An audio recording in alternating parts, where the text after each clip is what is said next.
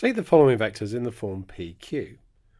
Now remember, the unit vector I is a unit vector in the direction of the positive x-axis, and J is a unit vector in the direction of the positive y-axis. So this vector goes 3 to the right and 1, 2, 3, 4, 5 up,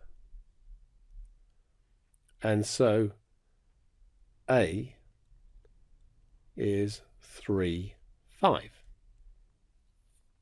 Now if we think about B, that goes 2 to the right and doesn't go up or down, so that's going to be 2, 0.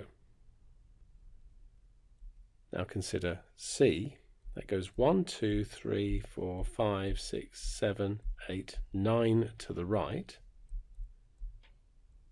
So it's going to be 9, and then it goes 1, 2, 3, 4, 5 down. That will be negative 5. Upwards is positive.